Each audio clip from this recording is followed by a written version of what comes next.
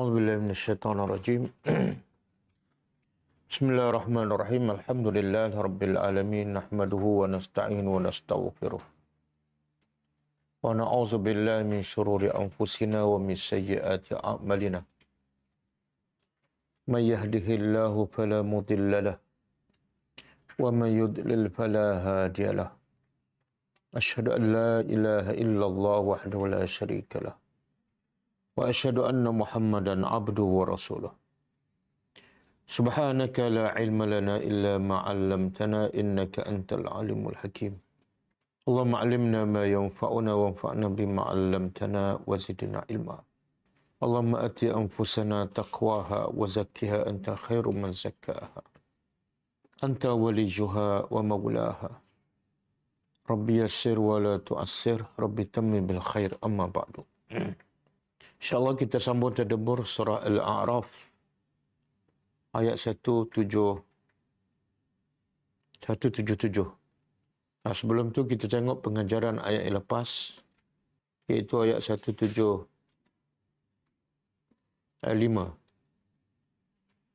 Ha? 174 ke? Okey. 174. Ha? A'udzubillahi minasyaitonir rajim. Wa kadzalika nufassilul ayati wa la'allahum yarji'un. Dan demikian itulah kami huraikan ayat-ayat dan semoga dan supaya mereka kembali kepada Allah. Pengajarannya, tidak ada satu pun ayat-ayat Allah, tidak ada satu pun ayat-ayat Allah, sama ada ayat kauniyah, iaitu ciptaan Allah, atau ayat syar'iyah, iaitu ayat-ayat Al-Quran, melainkan semuanya jelas dan tidak ada orang yang tidak memahaminya kecuali mereka yang tidak ingin memahaminya. Yang kedua, Allah mempelbagaikan ayat-ayatnya di dalam Al-Quran. Ada yang dalam bentuk kisah-kisah para nabi dan umat dahulu. Ada dalam bentuk perumpamaan.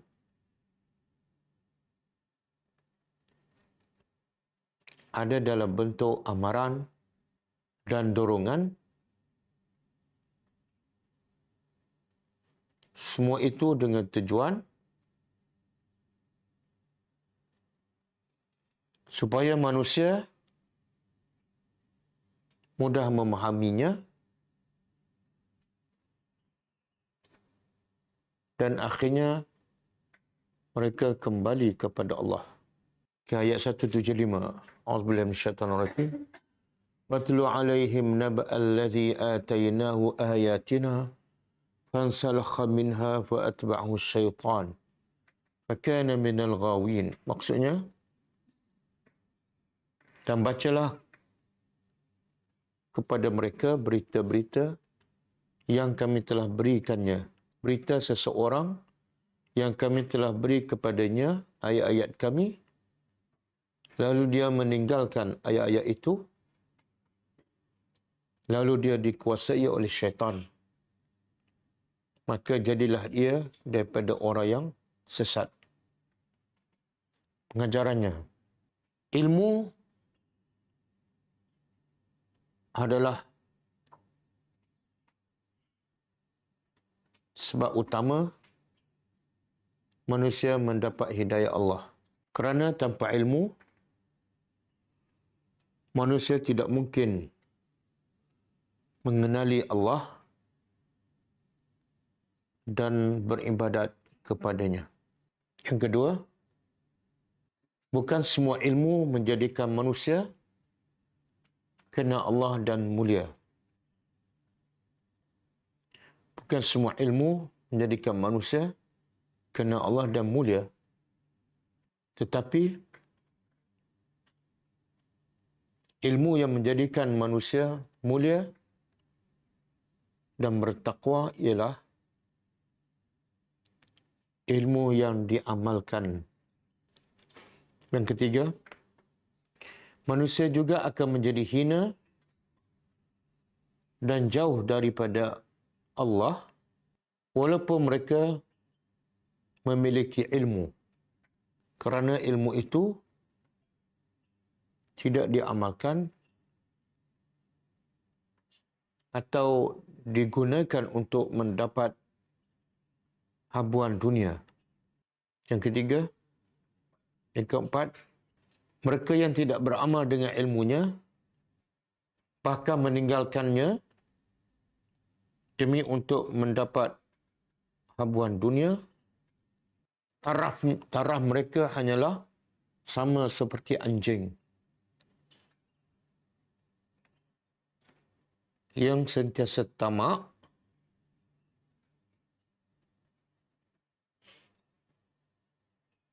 untuk mendapat makanan dan apabila mendapat sentiasa kedekut untuk dikongsikan. Yang kelima, binatang paling hina ialah anjing kerana sentiasa tamak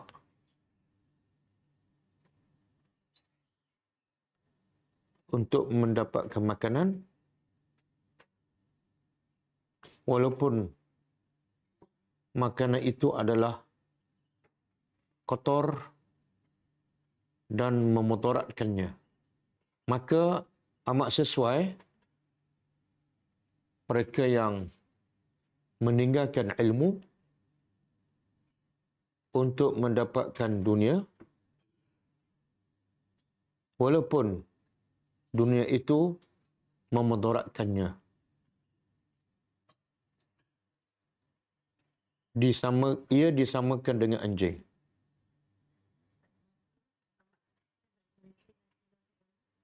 Untuk mendapat dunia,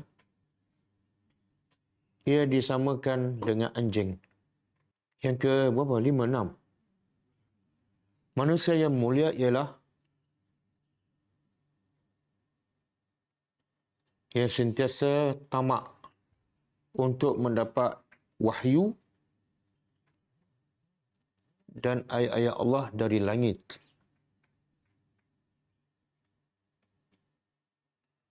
Berbanding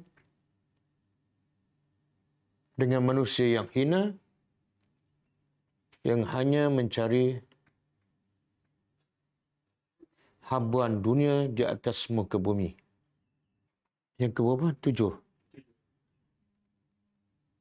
Wajib setiap orang yang beriman membaca kisah-kisah yang disebut oleh Allah dalam Al-Quran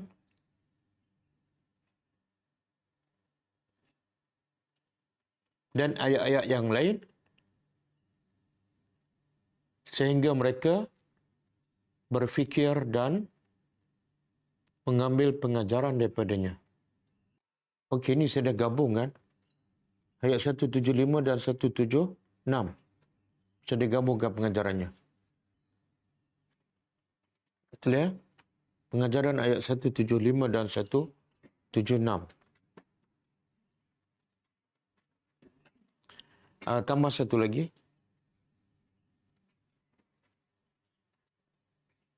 Sesiapa yang tidak beramal dengan ilmunya, dia adalah pengikut syaitan. Okey, kita sambung tadabbur ayat seterusnya. A'udzubillahi minasyaitonirrajim. Kaitan ayat 177 dengan ayat lepas. Ayat yang lepas Allah buat contoh orang yang berilmu, bukan orang yang jahil. Orang yang berilmu tapi akhirnya dia fansalakha. Salakha ni makna dia tinggalkan terus secara total. Sebagaimana apa contoh insalakha? Contoh yang tepatlah, iaitu sebagaimana ular bersalin daripada tangga terus. Jadi Allah buat contoh orang yang berilmu tapi meninggalkan ilmunya daripada mendapat hidayah menjadi sesat. Allah samakan mereka seperti anjing. Kemudian ayat ni Allah nak jelaskan kenapa Allah buat contoh seperti anjing. A'udzubillahi minasyaitonirrajim. Sa'a amat buruk. Sa'a fi'il madhi. Kalau isim su. Pernah dengar ulama su? Ulama buruk, ulama jahat. Amat buruk, masal. Perumpamaan kaum. Amat buruk perumpamaan kepada kaum yang allazina. Kaum yang mereka itu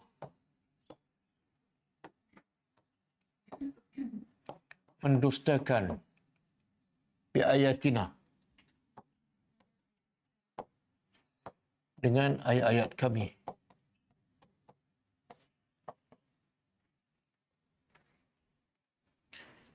Jadi Allah kata perumpamaan yang sangat buruk kepada siapa ni?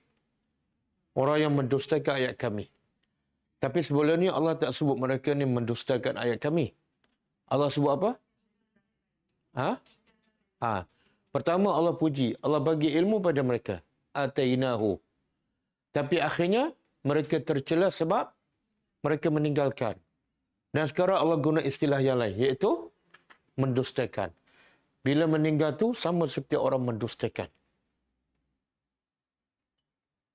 Jadi Allah kata contoh yang paling buruk untuk mereka ialah seperti anjing. Kenapa anjing? Cuba buka hadis sekuan. Okey, daripada Ani bin Abbas radhiyallahu anhuma, daripada Ibnu Abbas radhiyallahu anhuma telah berkata, qala Nabi SAW, telah bersabda Nabi SAW, laisa lana masalus saw. Tidak ada bagi kita masalu perumpamaan as-saw yang buruk. Tidak ada perumpamaan yang paling buruk, iaitu allazi ya'udu fi hibatihi. Orang yang ya'udu fi hibatihi. Hibah ni tahu? Hibah. Pemberian. Kemudian dia ya'udu, dia minta balik. Dia bagi, lepas tu dia minta balik. Jadi Nabi kata perumpamaan yang paling buruk bagi orang yang sifat dia bagi, ambil balik. Menurut siku okey lagi. Ini Allah kata apa? Kalbi, seperti anjing. Orang yang suka bagi, betul ambil balik, Nabi kata macam anjing. Perumpamaan yang paling buruk. Iaitu,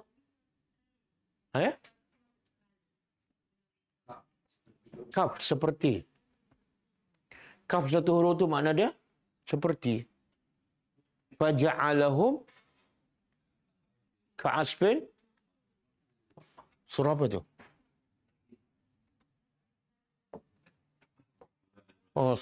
Surah Alam Taraka, ya. Faja'alahum ka'asfin makul. Surah apa ni? Al-Fil. Okey. Cuba terjemah. Surah ni surah lazim. Faja'alahu. Maka setelah Allah utuskan burung-burung berbondong-bondong, kemudian burung tu membaling tentera bergajah dengan bihijaratin min sijil. Lepas tu apa berlaku? Fa tu mana? Terus berlaku. Lalu Allah menjadikan mereka, iaitu tentera bergajah, seperti. Kaf satu huruf tu makna dia seperti. Asfin apa dia? Ha? Daun makul yang dimakan ulat. Mana ada sebut ulat makul je. Ha? Jangan tambah-tambah. Ha? Dan makul daripada akala. Kalau akala dia makan. Kalau makul dimakan. Daun yang dimakan. Ada makulu ulatun. Ada? Tak ada. Tapi bila terjemah, cuba tengok dalam terjemah, Quran terjemah. Tak ada berulat. Ha? Ha, tengok dia dalam braket kan. Apa mana dalam braket tu? Tak, Allah hanya sebut seperti daunnya dimakan. Dalam tafsir, ulama kata dimakan tu makna Allah nak bagi tahu teruknya rupa tentera bergajah. Kalau daun dimakan ulat, nampak teruk tak? Daun dimakan ulat. Tak, kadang-kadang yang dimakan ulat tu kita makan lagi. Buat ulam. Mana rupa dia tak teruk. Bila daun tu rupanya sangat teruk. Hancur. Bila dimakan oleh orang, pasti keluar balik. Bila keluar balik, nampak tak rupa daun? Begitulah rupa tentera bergajah. Tak nampak rupa orang. Jadi bukan terjemah, jangan terjemah dimakan ulat. Dimakan. Dimakan sehingga daun tu hilang rupa asalnya. Okey, jadi kaf tu makna apa? Seperti. Okey, dalam hadis ni Nabi nak bagi tahu apa? Orang yang beri, lepas tu minta balik. Contoh yang paling buruk bagi orang ni ialah seperti anjing yang yarji'u fi qai'ihi. Qai' ni muntah. Dia muntah, lepas tu dia makan balik muntah dia. Tengok Nabi buat contoh. Dia bukan ambil apa ni, dia keluarkan daging, lepas tu dia makan balik daging. Tak, muntah. Menunjukkan apa ni? Hina sangat. Benda yang dah kotor, dah keluar, dia makan lagi. Walaupun benda tu adalah kotor. Begitulah perumpamaan yang sesuai kepada orang yang bagi, ambil balik. Ramai tak ni? Ramai ni. Kadang-kadang kes suami isteri bercerai. Dia bagi pada isteri, lepas tu bila cerai dia minta balik. Bekas suami tu lebih kurang anjing je. Okey. Jadi hadis ni menunjukkan Nabi sama dengan Quran. Bila Nabi nak buat contoh yang paling buruk, Nabi guna perkataan binatang anjing. Tak, dia mengungkit lain. Mengungkit dia tak ambil kan. Ini ambil balik. Kalau mengungkit masuk bab apa?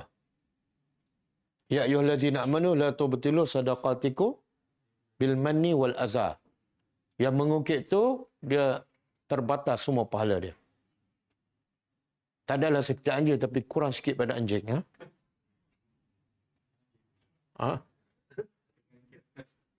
Okey?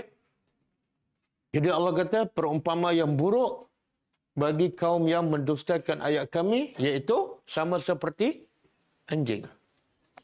Kan ada orang berilmu tapi tak beramal.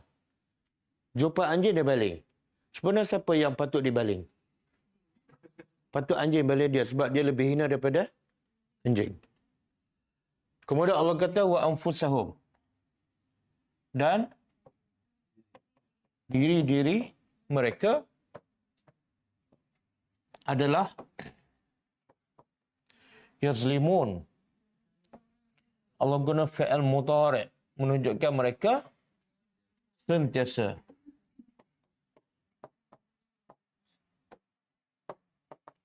okey, nampak tak ayat ni? Nampak macam ada terbalik. Perasan tak? Ada tak macam terbalik ayat? Perasan ke tak? Apa dia? Tak nampak ke tak? Kalau jawab tak nampak, senang je saya nak terangkan. Jawab aja macam, nampak tak macam ada sesuatu yang terbalik? Apa dia? Sebab tu anfusahum, duduk belakang. Susunan ayat adalah mereka zalim pada diri mereka. Diri mereka sepatut di hujung. Bahasa Melayu ke bahasa Arab sama aja. Tapi sekarang Allah dahulukan anfusahum. Diri mereka, mereka zalim. Sepatut mereka zalim pada diri mereka. Bila Allah dahulukan yang akhir, ada maksud. Ada maksud. Apa dia? maafkan. Apa maksud dia? Allah nak beritahu hanya diri mereka sendiri mereka zalim. Sedikit pun mereka tak zalim pada orang lain. 100% zalim pada diri. Boleh faham? Sebab contohlah, biasa orang buat zalim pada orang, dia rasa dia zalim pada siapa? Pada orang tu. Dia rasa tak dia zalim pada diri sendiri? Tak. Orang tak solat. Dia rasa tak dia sedang zalim pada diri sendiri? Tak. Dia rasa apa? Aku okey je.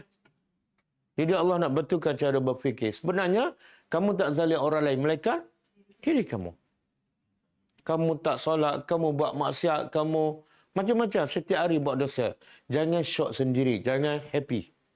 Sebab kamu sedang menzalimi hanya diri kamu. Kadang-kadang dia curi, dia pergi bekerja curi waktu kan. Patut masuk pukul 8, dia masuk pukul 8.30. Bila bos tak tahu, dia rasa seronok tak? Tak. Dia ingat yang ruginya siapa? Bos ataupun syarikat. Allah kata tak ada siapa yang rugi melainkan diri kamu sendiri. Boleh? Itu tadabbur. Okey. Jadi dalam contoh ni Allah buat contoh anjing. Tapi dalam ayat lain banyak Allah buat contoh. Seperti apa? Keldai. Apa lagi? Kera tu Allah bukan buat contoh. Allah kata jadi kera terus. Itu bukan contoh tu. Jadi kera, jadi babi. Seperti bidang ternak. Lagi? Nyamuk. Dubuk. Dubuk mana? Surah apa ni? Tak, itu hadis. Itu hadis. Hadis. Okey, cuba buka surah. Saya nak tanya, bila Allah buat contoh tu, apa sebenar? Dia ni macam anjing, ini macam keledai, ini macam, ada yang macam apa ni? Sarang laba-laba. Bila Allah buat contoh, apa tujuannya?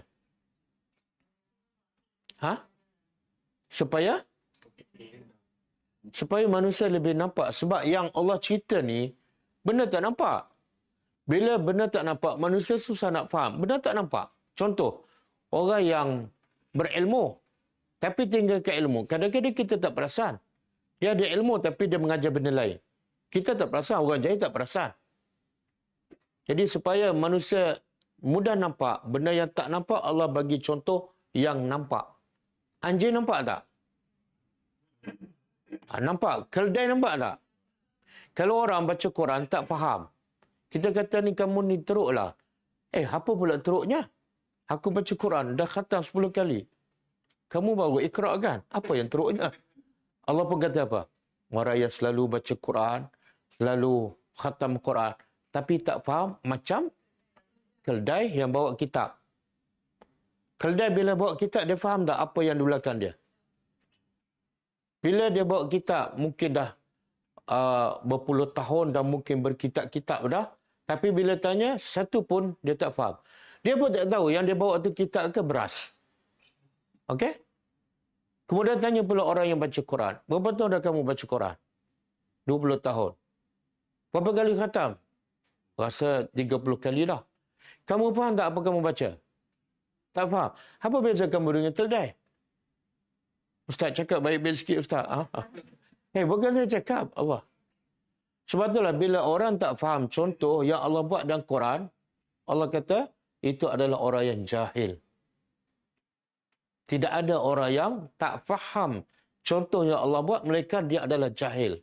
Dan sebab itu salafus salih, bila dia baca contoh yang Allah buat dalam Quran dan dia tak faham, dia menangis. Dia menangis. Kenapa? Sebab Allah labelkan orang yang tak faham contoh adalah orang yang jahil. Aku adalah orang jahil. Berapa banyak yang baca Quran, lalu pasal keldai ke pasal anjing, tak faham apa. Patut dia menangis. Allah nak buat contoh, nak bagi kamu faham. Tapi lagi lama kamu baca, lagi tak faham. Kamu adalah orang yang jahil. Cuba buka surah Al-Ankabut. Ayat 41. Kita terjemah. A'udzubillahi minasyaitonirrajim. Masal. Perumpamaan. Contoh. Perumpamaan allazina. Orang-orang yang ittakhazu. Yang mengambil ataupun menjadikan min dunillah, selain daripada Allah, awliya, penolong, pembantu, pelindung. Orang ni yang menjadikan selain daripada Allah sebagai Tuhan dia, pelindung, pembantu, Allah buat contoh kamasalil ankabut. Kaf apa tadi? Seperti masal, perumpamaan al-ankabut. Apa mana? Al-ankabut. Laba-laba yang ittakhazat, yang mengambil baitan, buat sarang, buat rumah. Kemudian Allah kata, wa inna, dan sesungguhnya awhanal buyut. Rumah ataupun sarang yang paling rapuh, yang paling lemah ialah pastilah Baitul Ankabut, sarang laba-laba. Lau kanu ya'lamun, kalau mereka tahu. Okey. Sekarang Allah buat contoh orang yang ambil selain daripada Tuhan sebagai Allah, sebagai Tuhan. Orang ni seperti laba-laba mengambil sarang. Boleh faham? Apa persamaan? Ha? Lemah macam mana? Dia sarang laba-laba ni, dia buat sarang tu, apa tujuan dia? Ha? Untuk melindungi dirinya daripada apa? Panas, hujan, sejuk, betul tak? Tapi manfaat tak sarang tu? Tak. Bila datang angin sikit, apa jadi pada sarang laba-laba? Kayu, hancur. Maka persamaannya apa?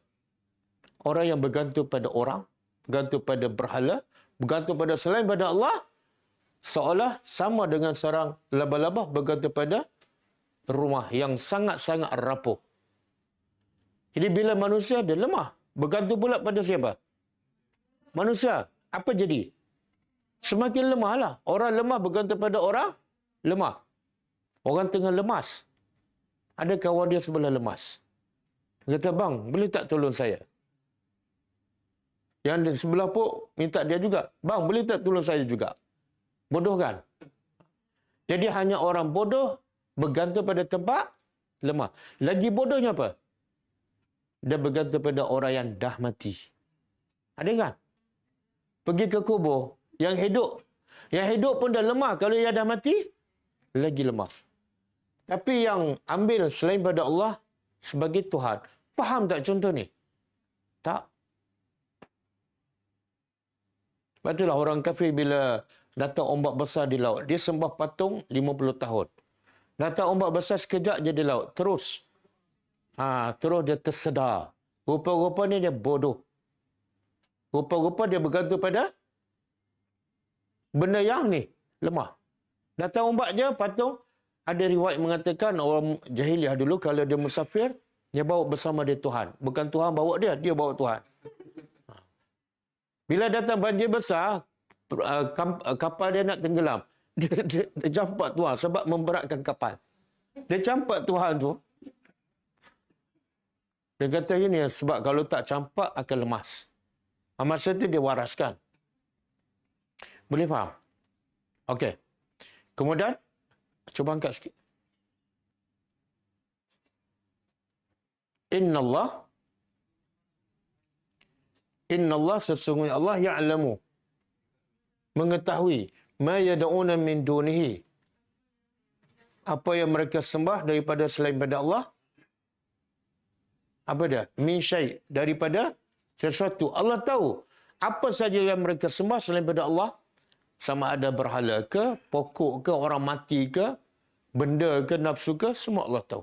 Tak ada benda yang tersembunyi. Sebab apa? Wa huwal azizul hakim. Allah Maha perkasa dan Allah Maha akan balas. Dan Al-Hakim, kenapa Allah tak hukum terus? Yang semua berhala 50 tahun, kenapa Allah tak bagi je bala musibah pada mereka? Sebab Allah bijak. Belum sampai waktu Allah tak hukum. Okey, kemudian Allah simpulkan, watilkal amsal. Demikian itulah perumpamaan. Al-amsal jamak kepada masal. Begitulah perumpamaan. Ada yang Tuhan buat contoh keldai, ada yang anjing, ada yang sarang laba-laba. Semua tu nadribuha. Allah kata, kami buat contoh perumpamaan itu untuk siapa? Untuk semua manusia. Bukan untuk orang Arab je, bukan untuk ustaz je, bukan untuk guru je. Untuk semua manusia. Kemudian Allah kata wama yaqiluha. Tidak ada yang memahami perumpamaan yang Tuhan buat kecuali al-alimun. Orang makna apa tu? Siapa yang baca Quran 30 tahun yang Allah buat contoh dia tak faham, dia adalah orang jahil. Sebab tu salafus salih bila dia baca contoh dalam Quran dia tak faham, dia menangis. Kenapa? Dia mengaku, ya Allah, aku memang jahil. Sebab engkau memberitahu yang faham hanya orang berilmu. Betul tak? Yang suka baca Quran dah khatam. Banyak contoh dah Quran Allah buat dia tak faham. Betul? Jahil. Bila jahil, patut dia ada seronok bila khatam Quran. Patut tak buat majlis? Majlis orang jahil, kan? Kalau kita cakap marah. Okey, kita balik pada... Jadi semua yang sembah selain pada Allah, mereka itu sebenarnya sedang zalim pada diri sendiri. Ayat seterusnya. Man yahdillah. Siapa yang yahdillah? Allah beri hidayat. Fahuwal muhtadi. Maka dialah al-muhtadi yang mendapat hidayah ataupun petunjuk. Okey. Di sini apa yang Allah nak bagi tahu?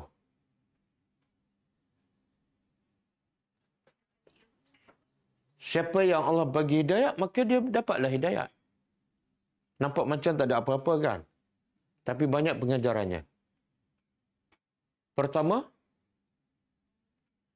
hidayah adalah hak mutlak Allah. Hanya Allah satu saja yang boleh bagi hidayah. Maka, jangan cari hidayah daripada selain pada Allah. Boleh tak kita cari hidayah daripada Nabi? Boleh tak? Nabi boleh tak bagi hidayah? Kalau kepada Nabi pun tak boleh cari hidayah, kepada guru, ulama, syekh, lagi tak boleh. Kepada orang mati, lagi tak boleh.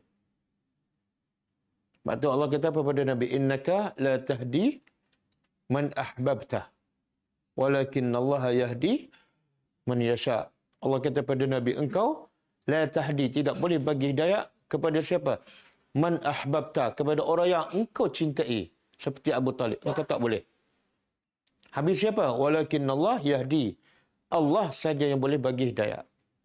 Jadi ayat ini menunjukkan apa? Siapa yang cari hidayah selain pada Allah, dia akan sesat. Sebab hidayah hanya milik Allah sahaja. Yang kedua, dalam ayat ini Allah nak bagi tahu, siapa yang Allah bagi hidayah, dia dapat hidayah. Tak ada siapa yang boleh sesatkannya. Katalah dia dapat hidayah daripada Allah sebab dia mencari, ada 100,000 ulama nak sesatkan dia. Dia tak boleh disesatkan. Jadi faham? Dan ada 100,000 ulama yang hebat tapi tak ikut hidayah. Tak ada siapa yang boleh selamatkan mereka. Hidayah ada berapa semua? Hidayah ada berapa semua? Ya Allah kata siapa yang Allah bagi hidayah ni. Hidayah ada berapa? 2. Pertama, hidayah pertama ilmu ataupun hidayah dilalah, petunjuk. Yang kedua hidayah amal ataupun taufik.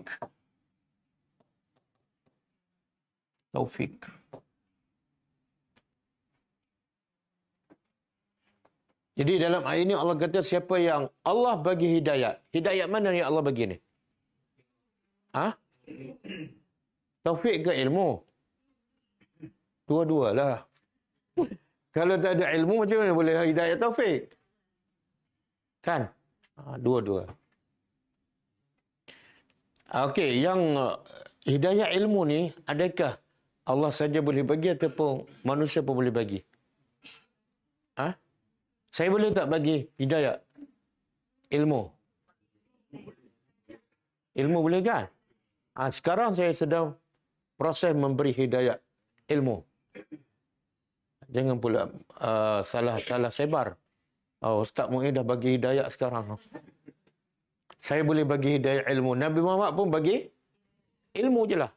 Tapi dalam bab amal, itu hak mutlak Allah.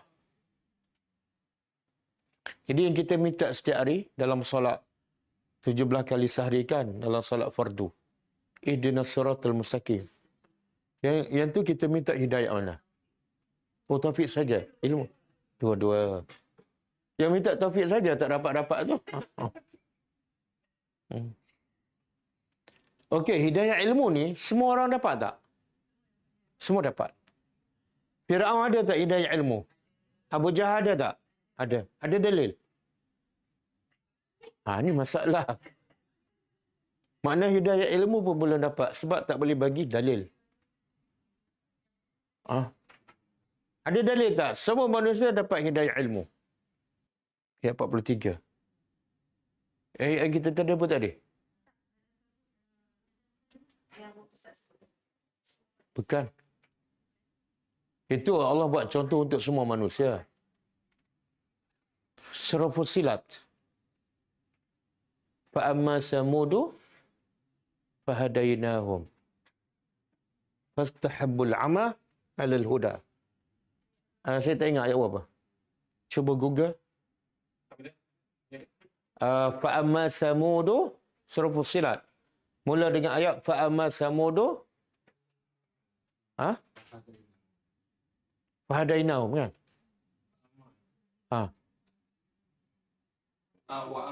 Wa amma, sorry. Ayat 17, surah Fussilat. Okey. Kita tengok dalil. Bahawa semua manusia ada hidayah ilmu. Wa amma Samud. Dan ada pun kaum Samud. Kaum Samud ni nabinya siapa? Nabi Hud ke Nabi Yunus? Nabi Hud ke Nabi Yunus? Samud, Nabi Hud. Kalau kaum Ad?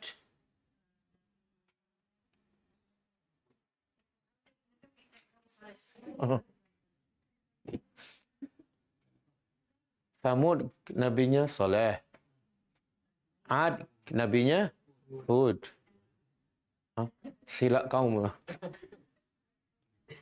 Okey, ada pun kaum Samud yang kufur. Tengok Fahadainahu. Fahadainahum. Ada pun kaum Samud, Allah kata apa? Kami beri hidayah pada mereka. Hidayah apa ni? Hidayah ilmu. Kami dah bagi hidayah ilmu pada mereka. Kami bagi. Tetapi akhirnya fastahabbul ama 'alal huda. Akhirnya mereka apa? Istahabbu ni daripada hub. Mereka lebih mengutamakan, mencintai al-ama. Al-ama ni buta. Buta tu ialah kesesatan. Setelah kami bagi hidayah ilmu, mereka mengutamakan nafsu kesesatan dibanding dengan huda. Huda apa ni? Huda taufik. Boleh faham? Mana Allah bagi, walaupun kaum kafir, Samud ni kafir. Allah bagi hidayah, tapi hidayah ilmu. Macam kita kan, banyak tak kita dapat hidayah ilmu. Tapi tak semua dapat hidayah ilmu, dapat hidayah taufik. Betul? Macam yang sebelum ni lah. Allah buat perumpamaan seperti anjing. Dapat hidayah ilmu tapi tinggalkan hidayah taufik tidak dapat. Kemudian kesannya apa bila dia tolak hidayah taufik? Fa akhazathum sa'iqah. Lalu petir yang berbentuk azab menimpa mereka. Disebabkan bima kanu yaksibun. Disebabkan dosa yang mereka lakukan, bukan sebab Allah. Jadi punca mereka tak dapat hidayah taufik ni, dosa-dosa yaksibun, dosa-dosa yang mereka lakukan. Jadi siapa yang tak dapat hidayah taufik itu, jangan salahkan ustaz. Salahkan diri sendiri. Okey, habis. Kemudian, satu lagi, Allah bagi tahu dalam ayat ni, hidayah itu adalah milik mutlak Allah. Jadi kalau nak cari hidayah, cari di mana tu? Di mana tu? Quran lah. Ada dalil? Dalil. Zalikal kitabu la raiba fi hudan. Hudan itu petunjuk. Allah kata itulah kitab Al-Quran sebagai sumber hidayah. Tapi bukan untuk semua orang. Untuk orang yang... Jadi, kalau saya kata, siapa yang tak faham Quran, mustahil dia dapat hidayah taufik. Setuju? Setuju? Setuju tak setuju? Memang betul. Sebab Allah kata dalam kitab Quran saja ada hudan. Hudan. Jadi yang duk belajar macam-macam berpuluh tahun, Quran tak faham.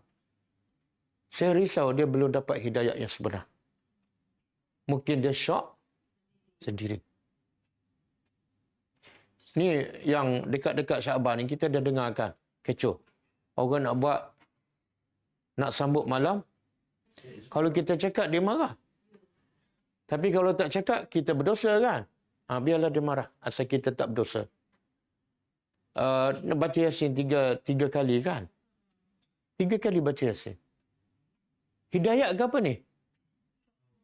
Dia salah satu aja. Sama ada hudan ataupun lawan dia hawa nafsu. Kalau hudan mesti daripada Quran dan sunnah. Kalau bukan daripada Quran dan sunnah, maka dia adalah hawa nafsu. Agama ni adalah mudah kan? Betul tak? Tapi bila baca Yasin 3 kali satu malam, senang ke susah? Yang baca sekali seminggu pun kadang-kadang tak baca. Sekali je dan sekali seminggu. Kadang-kadang tak baca kan? Ini nak baca 3 kali dalam, macam fikirlah sikit kan?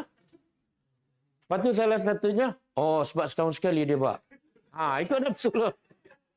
Ikut nafsu lah tu. Dia pakai setahun sekali, okeylah. Sabar je. Sebab sekali dalam 365 hari. Ikut nafsu lah tu. Alasannya apa? Nak minta? Tak. Yang Yasin pertama, rezeki. Kenapa tak tahu? Kena tahulah. Kita nak menegur, kena tahu apa yang orang buat kan. Yang kedua, umur panjang. Yang ketiga, apa dia? Usama. Usama mesti tahu kan. Umur panjang, rezeki murah, sihat ke? Kesihatan ke? Tak apalah. Tahu dua pun okeylah. Okey. Rezeki murah. Nabi aja tak kita minta setiap pagi. Bukan rezeki murah, rezeki tayyib.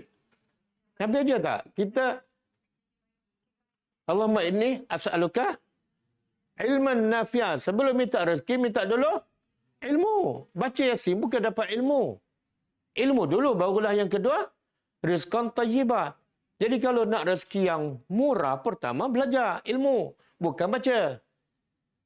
Dan minta doa hanya berapa minit? Rizqan tayyibah, berapa minit? Kenapa nak baca sampai habis surah Yasin? Lepas tu minta panjang umur. Yang suka minta panjang umur ni siapa? Siapa yang suka minta panjang umur? Allah sebut dalam Quran. Ialah siapa? Itulah baca Yasin tak faham. Tak boleh jawab lah.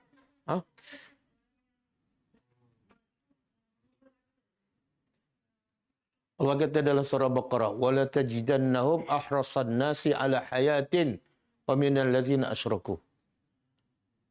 Allah kata pasti engkau Muhammad akan dapati mereka ni ahras, orang yang paling tamak untuk hidup lama. Dan juga siapa ni? Orang Yahudi. Dan juga walladzina asyraku, orang-orang musyrik. Sehingga Allah kata yawaddu a'aduhum law yu'ammaru alfasana. Mereka nak kalau boleh dipanjangkan umur alfasana. 1000 tahun. Kemudian Allah kata lepas tu. Apa Allah kata lepas tu? Cuba buka surah ni. Al-Baqarah. Kita ingat ayat berapa? Wala tajidannahum. Pasti kamu akan dapati mereka itu ahras. Ahras di mana? Orang paling manusia yang paling tamak. Untuk apa? Ala hayatin. Untuk hidup. Allah sebut dalam bentuk nakirah. Apa jenis kehidupan yang penting dia hidup. Wa minal lazina asyraku, dan termasuk juga yang tamak untuk hidup lama ialah orang musyrik. Kemudian apa cita-cita mereka? Yawaddu ahaduhum. Salah seorang daripada mereka yawaddu ingin. Lau yu'ammaru. Jikalau yu'ammar diumurkan, dipanjangkan umurnya. Sebenarnya dia nak 1000 tahun ke nak berapa ni? Dia sebenarnya 1000 tahun. Ada ulama mengatakan orang dahulu dia tak tahu kira. Dia tahu 1000 je. Dia sebut 1000. Dia tak tahu 10,000, 20,000 tak tahu. Maknanya kalau boleh dia nak hidup selama-lamanya. Mereka kalau nak, mereka nak dipanjangkan umur 1000 tahun ataupun lebih. Dan Allah bagi tahu, "Wama huwa bimuzahzihi minal azab." Mereka ayu amar, kalau dipanjangkan umur yang panjang tidak boleh menjauhkan mereka daripada azab Allah. Faham? Katalah kita umur 60, kita minta umur 70, tambah 10. Yang 10 tahun ada jaminan tak boleh selamatkan kita daripada azab Allah? Tak ada jaminan. Kadang-kadang yang 10 tahun itulah lagi teruk, lagi banyak dosa, lagi menjahannamkan kita. Jadi Islam tak ajar kita minta panjang umur. Islam ajar kita pada ya ayyuhallazina amanu ittaqullaha haqqa tuqatih. Hari Jumaat selalu dengar kan? Sambung. Wala tamutunna illa wa antum muslimun. Wahai orang beriman, bertakwalah pada Allah dengan sebenar-benar takwa. Satu. Yang kedua, jangan kamu mati melainkan dalam keadaan kamu panjang umur, pendek tak penting. Yang penting masa mati itu Islam. Ni minta panjang umur, kan? Tengok-tengok masa mati tu, dah nyanyuk, solat pun tak boleh. Rugi tak? Rugi. Minta panjang umur. Alasannya nak jaga cucu, nak tengok cucu. Lepas tu tengok-tengok, dia kena jaga cucu tu. Boleh kah? Jadi kadang-kadang masyarakat kita, dia buat je apa yang orang dulu buat. Dia tanpa berfikir. Kenapa nak minta panjang umur? Saya lah. Saya. Kalau saya tak ada jaminan akan hidup lama dalam keadaan mentaati Allah, buat apa saya cari penyakit? Betul tak? Yang sekarang pun berhempas pulas. Nak lawan nafsu, nak tinggal maksiat, nak bertaubat kan? Yang akan datang, minta lagi. Yang nikmat lepas pun belum kita mensyukuri sepenuhnya, nak minta lagi tambah nikmat. Kau orang panggil apa tu? Cari penyakit. Tak ada penyakit, cari penyakit. Okey.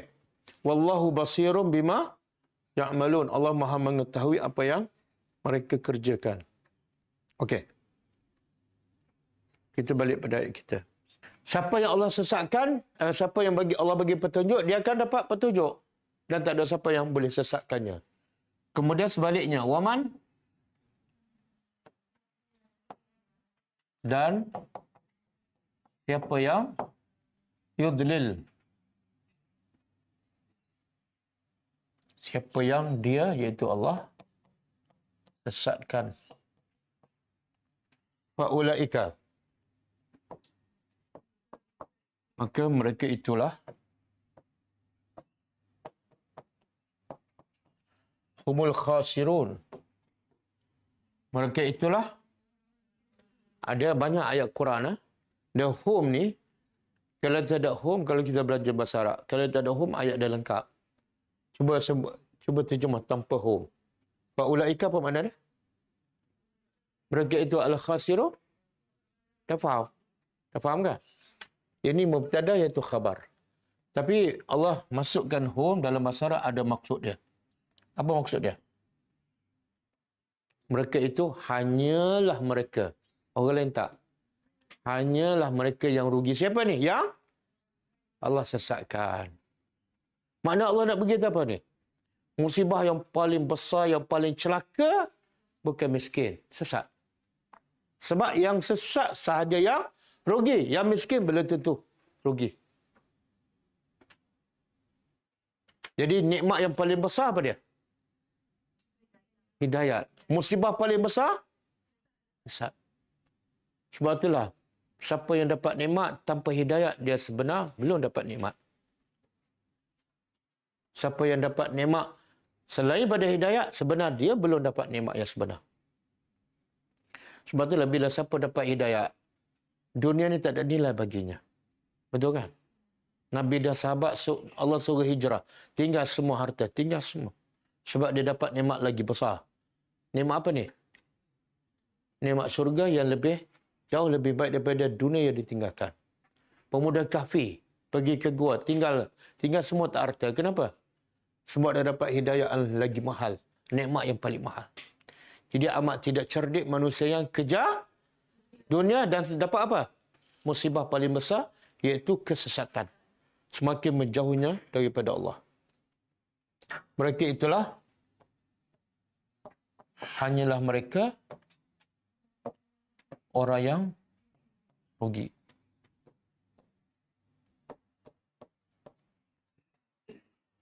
Okey. Kita ni termasuk tak? Kita salah yang mana satu ni? Yang dapat hidayah ataupun yang sesat? Dia dua je. Ha? InsyaAllah belum lagi lah tu. Kalau dah dia kata apa? Syok sendiri. Syok sendiri. Jadi nak cakap apa? Semoga saya orang yang termasuk dalam golongan ni. Betul kan? Sebab sedina Umar dia dapat hidayah tak? Dapat. Tapi dia masih tak ada rasa takut. Dia termasuk orang munafik. Ada tak? Itulah orang dapat hidayah. Sebab tu kata Imam Hasan Basri, siapa yang rasa aman daripada sifat munafik, dia munafik. Saya okey dah Ustaz. Alhamdulillah, sejak kelah tadabbur ni kan. Itu dia ada sifat munafik tu.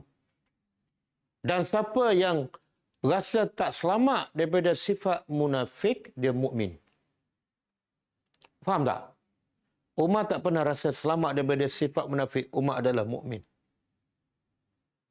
Sebab munafik ni kadang-kadang kan, kita cakap lain, buat lain. Munafik lah tu. Suruh orang buat, kita tak buat kan? Oh, banyak tu. Okey, kita semoga dapat termasuk orang yang tahu tak ciri-ciri orang yang dapat hidayah?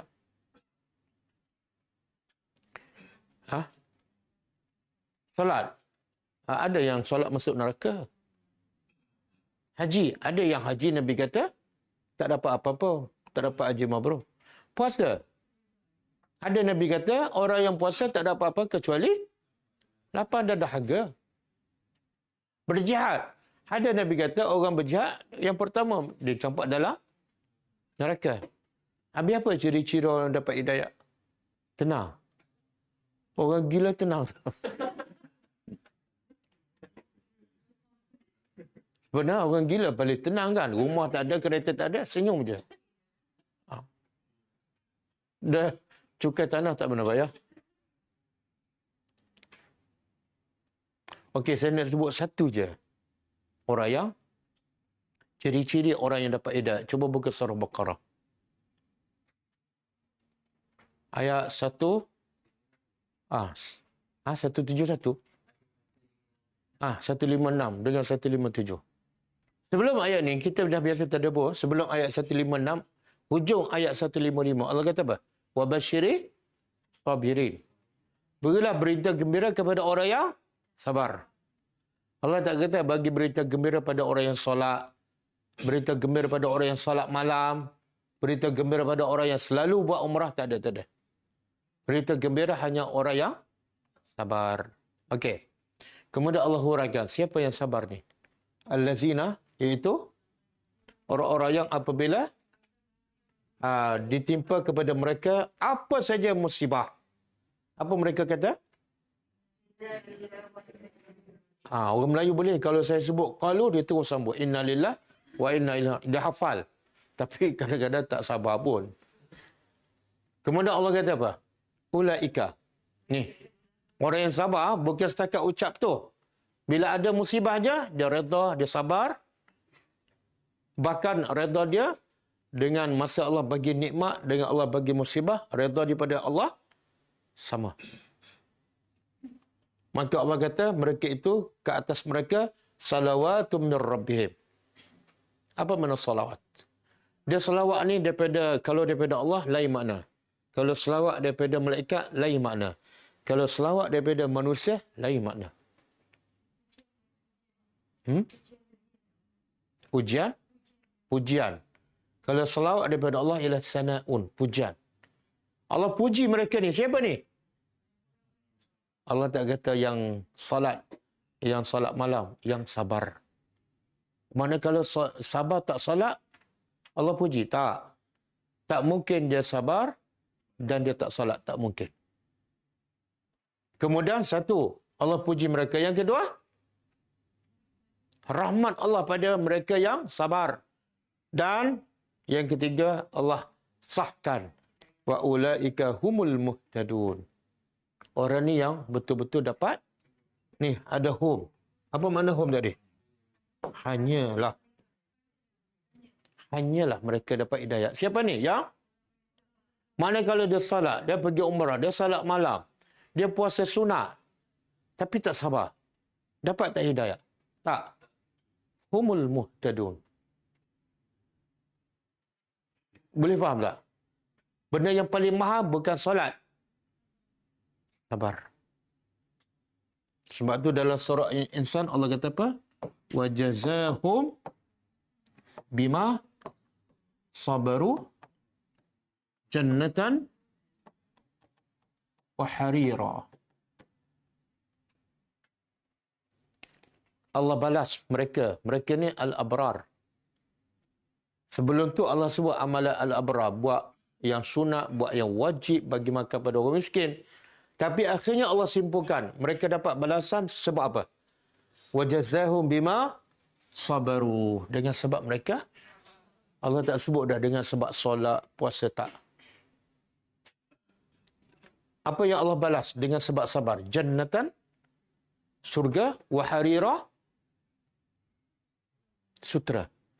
Dua. Kenapa Allah sebut dua? Surga dengan sutra. Satu, surga tempat tinggal. Yang kedua, pakaian. Tempat tinggal tu, pertama yang manusia nak mewah ialah tempat tinggal. Sebab dia tinggal situ setiap hari kan. Yang kedua, pakaian yang mahal, yang mewah menggambarkan apa? Kemewahan, kesenangan orang tu. Semua Allah bagi ni sebab apa? Sabar. Sabar. Benda yang paling susah dalam hidup, sabar. Kadang-kadang orang boleh sabar nak solat. Tapi bila orang maki dia, dia tak boleh sabar.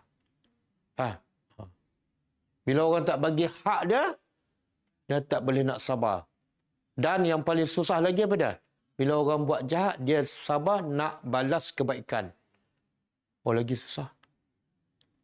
Macam Nabi Ibrahim kan? Bapa dia halau dia, bapa dia maki dia. Ibrahim kata apa? Yalah, ya abati tu bukan. Itu permulaan cakap. Yang Ibrahim cakap apa dia? Dah hafal ya abati je. Apa dia berkata Ibrahim tu? Baru je minggu lepas kedua. Salamun alaika. Sejahtera ke atas kamu. Siapa kamu ni? Yang maki aku, yang halau aku, yang ugut aku. Sejahtera ke atas kamu. Yang kedua, wasta'astaghfiru laka rabbi. Aku akan minta ampun kepada Allah bagi pihak kamu. Senang tak kita nak minta ampun untuk musuh kita? Biasa kita minta ampun untuk siapa? Kita, keluarga kita kan? Ya Allah, ampunlah dosa orang yang pecahkan cermin keretaku semalam. Usahakan. Jadi ciri-ciri orang dapat hidayah apa dia ni? Yang paling utama. Sabar. Jangan syok sendiri ya. Solat, haji berkali-kali, dia ingat dah dapat hidayah. Belum. Sama tak ayat Zumar ayat? Sama. Allah kata balasan orang yang sabar tidak ada had. Ayat ni panjang ni. Ni ayat ni kalau nak hurai ni satu kelas tak cukup. Sekarang bukan tinggal satu kelas, tinggal 10 minit lagi. Ha? 20 minit ke? Oh. Tambahan. Oh, ada waktu tambahan. Yalah, main bola yang lara pun ada waktu tambahan kan? Ha. Kita ambil sikit permulaan. Auzubillahi minasyaitonir rajim. Walaqad. 179. Kita sambung tadabbur surah Al-A'raf 179. Walaqad. Dan dia sebenarnya ada sumpah wallahi. Bila laqad dalam Quran, ulama mengatakan sebenarnya Allah bersumpah tapi tak disebut. Mana tahu orang Arab faham bahasa dia. Yang tak faham-faham ialah orang Melayu. Wallahi, demi Allah. Yang kedua, ni penegasan yang pertama, demi Allah. Yang kedua, lam. Lam apa mana? Pasti. Yang ketiga, qad. Sesungguhnya.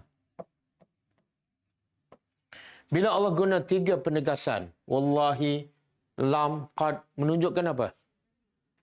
Yang Allah nak cerita ni satu benda yang besar dan sangat-sangat penting. Kalau tak faham, memang keledai lah. Zara'na, kami zara'na ansha'na ataupun khalaqna, kami cipta li jahannam, untuk neraka jahannam. Jahannam tu sebenarnya neraka dah.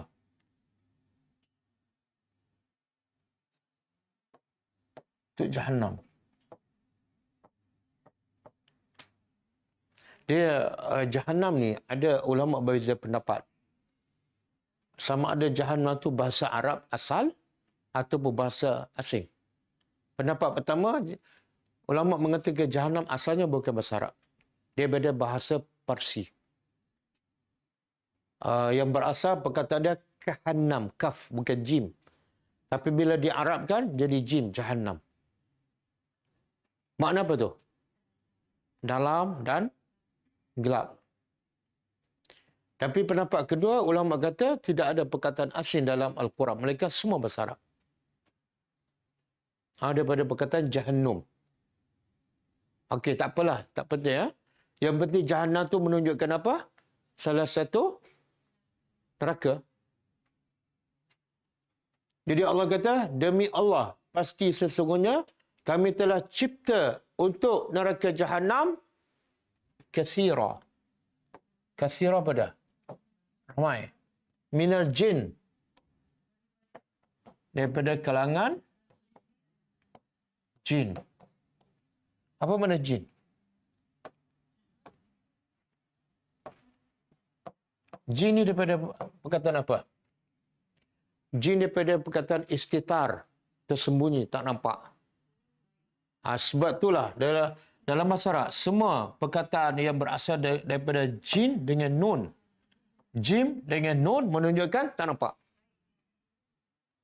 Jin dikatakan jin sebab tak nampak. Betul? Pernah nampak jin? Kan ada orang Melayu suka, dia kata ada anak saya nampak makhluk halus. Macam mana budak nampak, mak budak tak nampak? Dia sebenarnya jin tak boleh dilihat. Allah sebut dalam Quran. Jin nampak kamu dan kamu tak nampak jin. Kecuali jin tu berupa manusia ataupun binatang, ular ke, kita nampak jin. Tapi bukan dalam bentuk rupa asalnya.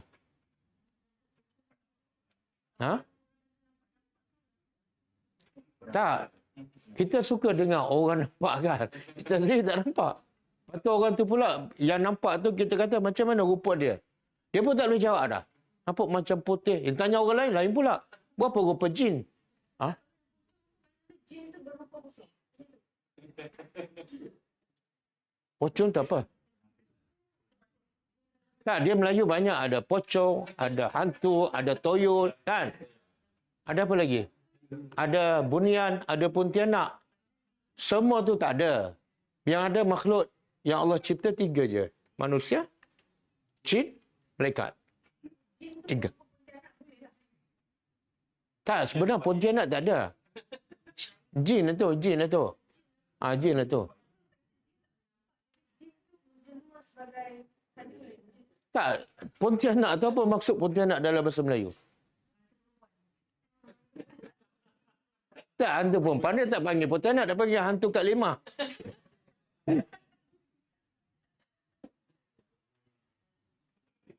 Tak, semua istilah Pontianak, hantu, toyol, apa lagi bunyan, semua istilah yang tidak ada dalam Quran.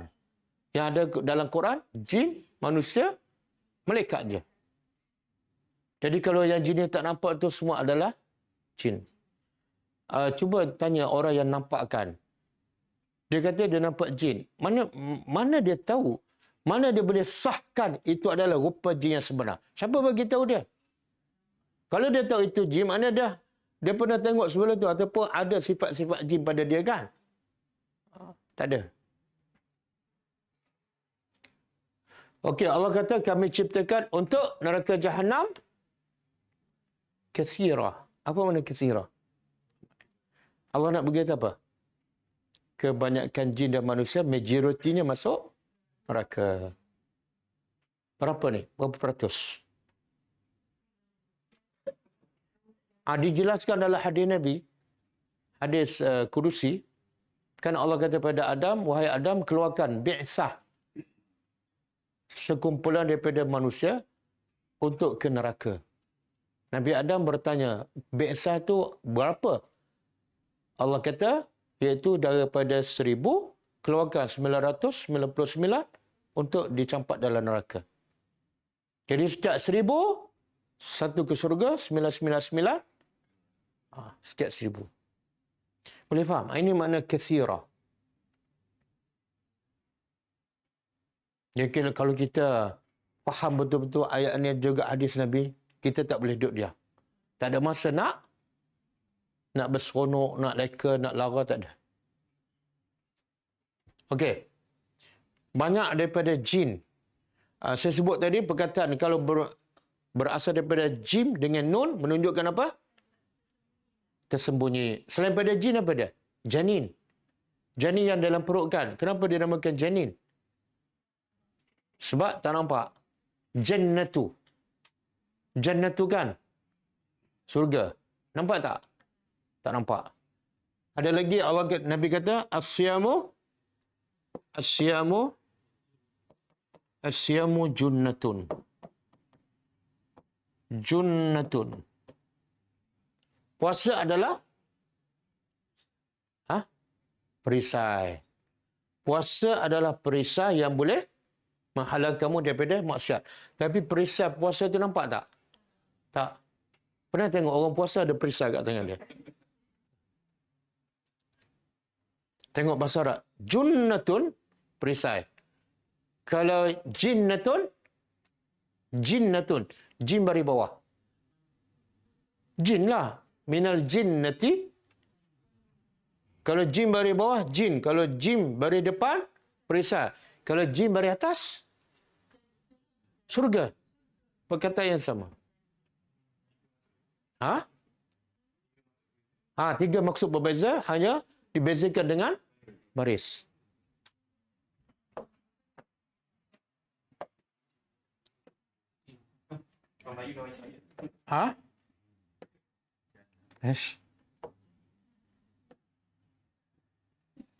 Okey. Kami ciptakan untuk neraka Jahannam ramai daripada jin dan manusia. Mana jin masuk tak neraka? Wal ins dan manusia. Kenapa Allah sebut jin dahulu? Mana tahu? Ada dalil? Surah apa? Mana boleh tahu tapi tak tahu? Ada pendapat mengatakan sebab jin dicipta dahulu. Ada pendapat mengatakan sebab kenapa jin disebut dahulu? Sebab yang paling ramai akan masuk neraka adalah jin dibanding dengan manusia. Hmm? Yang menyesatkan sama je manusia. Sebenarnya manusia sesat. Jin betul menyesatkan, tapi sebenarnya pilihan siapa? Jangan salahkan jin. Dia pilih sesat, salahkan jin. Okey, apa punca? Apa punca ramai masuk neraka ni? Allah nak bagi dia sebab supaya kita elakkan. Adakah sebab miskin? Adakah sebab tinggal di negara mundur? Adakah sebab tinggal di pendalaman? Tak. Sebab utama manusia masuk neraka, lahum. Bagi mereka. Makna mereka memiliki qulubun. Hati-hati ni sebenarnya akal. Kadang-kadang Allah guna qulub. Kadang-kadang Allah guna uqul. Kadang-kadang Allah guna albab. Makna dia sama. Apa bukti? Apa bukti? Qulub tu adalah akal. Apa bukti? Ayat siapa dia? La yafqahuna. Mereka tidak memahami biha dengannya. Nya ni balik pada apa? Tak. Balik pada qulub ni. Balik pada bagi mereka ada hati, tapi mereka tak faham Al-Quran dengan hati itu. Boleh faham? Jadi mereka tak faham dengan apa? Dengan yang biasa yang alat untuk faham apa dia? Akal. Sebab tu ulama kata hati itu sebenarnya ialah akal, dan akal tu bukan di kepala. Di sini. Kan orang Melayu yang kita belajar, akal kat mana? Sini. Tapi kalau ikut dalil Quran, hati ataupun akal di sini.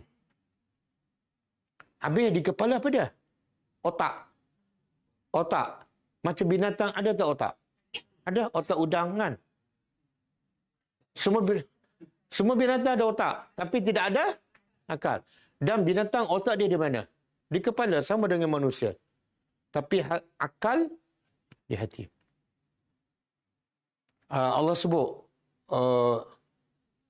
surah Al-Hajj. Cuba buka surah Al-Hajj ayat 46. Afalam yasiru. Tidakkah? Allah nak mencela ni. Kenapa tidak mereka yasiru? Berjalan di atas muka bumi. Fatakuna lahum qulubun. Maka kenapa mereka tak berjalan di atas muka bumi? Lalu bersama mereka ketika berjalan sepatut ada apa? Qulub. Apa kegunaan qulub? Sini Allah guna betul-betul akal. Yaqiluna. Hati, tapi di sini Allah guna mereka berakal dengan hati itu. Menunjukkan hati adalah akal. Au azanun, ataupun telinga. Bila mereka berjalan, mereka bawa bersama mereka telinga. Untuk apa? Yasma'una biha. Mereka guna untuk apa? Dengar apa? Dengar ayat-ayat Allah menggunakan telinga. Akal pula guna untuk faham ayat-ayat Allah. Bukan nak faham ayat manusia. Fa'innaha, tetapi akhirnya ramai orang berjalan, dia tak guna akal dan telinga untuk mendengar ayat Allah. Maka Allah mencela. Fa'innaha, maka sesungguhnya la ta'mal absar. Mereka ni yang suka berjalan, dia bukan buta mata. Mata mereka celak, nampak siap selfie. Tetapi walakin akan tetapi ta'mal qulub. Mereka buta dan hati di mana? Fis sudur. Faham tak? Jadi ayat ni ulama kata hati adalah akal dan akal adalah di dada, bukan di kepala.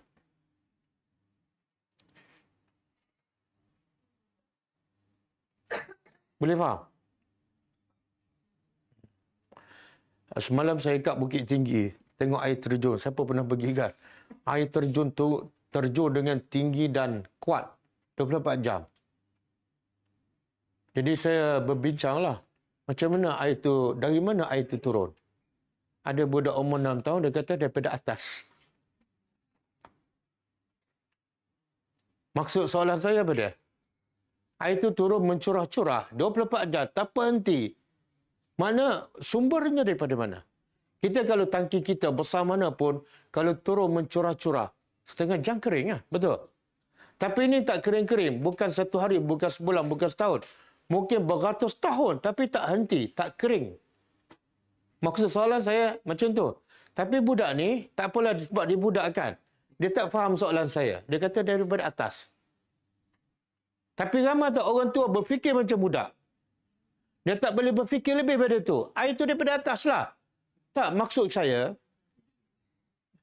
kehebatan Allah tu. Macam mana air? Tangki tak ada. Laut tak ada. Bukan sungai daripada puncak gunung.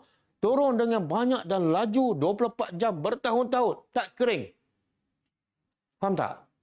Ni. Mereka berjalan tapi tak guna akal.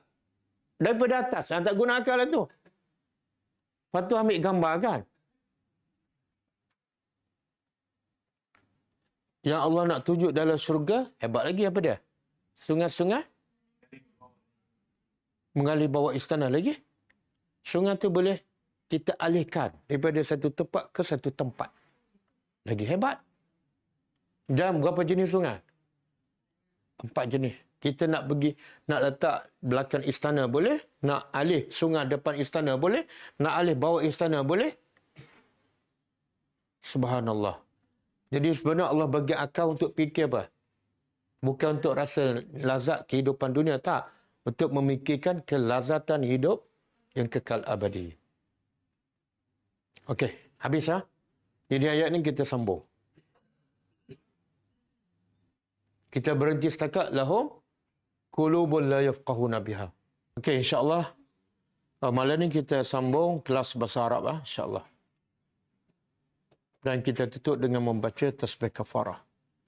Subhanakallahumma wa bihamdika asyhadu an la ilaha illa anta astaghfiruka wa atubu ilaik. Assalamualaikum warahmatullahi wabarakatuh. كتاب الله ترق جنانه وتنى العظيم